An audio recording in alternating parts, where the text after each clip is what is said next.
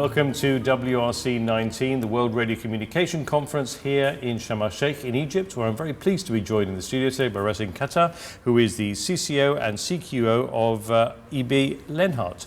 Welcome to the studio. Thank you, Max. It's a real pleasure for me, and I am really honored to be here on the stage. It's an interesting international event indeed.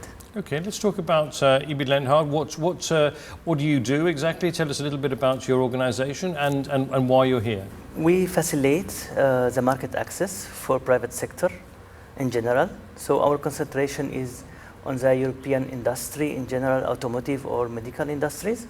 That's the first row or stage in the scope of our business. What we mean by market access is a very small part of the general concept of homologation and compliance. So we support our clients to get type approvals or homologation or certificate of compliance worldwide. Our company is always presented on international level. So our team was here before at the WRC-19. For me personally, it's the first time. It's interesting for me to be here to understand how the frameworks in general move on. For me, there was a lot of questions before I came here. So what's going on in the future? 5G as a disruptive innovation or not? How it will affect the private sector? This is important for us, for the future, to catch the wave, let us say. In addition, I am very interested to understand how are the social organizations involved here, because I don't notice that there is a real participation from the social organizations or the activisms. So social corporate responsibility, I believe it should be on the agenda or part of the agenda of the ITU in the future. How much were you aware of this conference before, and how, I mean, you mentioned obviously in 2015 your organization was here, but how does the work of ITU study groups, for example, affect the private industry? Actually, it has a high level of effect. Let me start shortly with your first part of the question. I am relatively new to the concept in general. And when I joined EB Lenhardt around 5 years ago, I didn't knew about the whole concept. So this really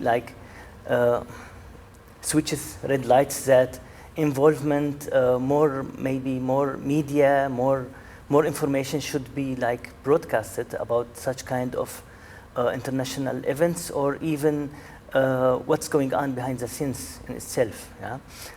Private sector is always hunting to understand what the next regulation is it gonna support them, or is it gonna set constraints or obstacles in their way to move forward in the development. Especially we are talking now in the automotive industry about the 79 to 81 gigahertz for the radar system. So indeed, it's really interesting. For EB Lenhardt, we tend to raise the transparency bar here. So we developed our own system. It's TAMSIS. It's a type approval management system. It has been already used by many of our customers.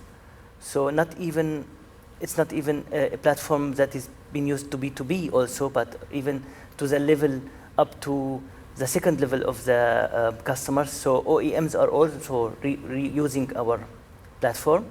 Our next aim is to have this platform used by authorities, which is important, because when authorities use the platform, it's not only about a sustainable development movement in the bureaucracy, but we are talking here about a higher level of transparency, which is very important for us. And the relevance of ITU study groups, which obviously the work is very much feeding into this conference, but why the wider ramifications of the resolutions, of the reports, regulations, etc.?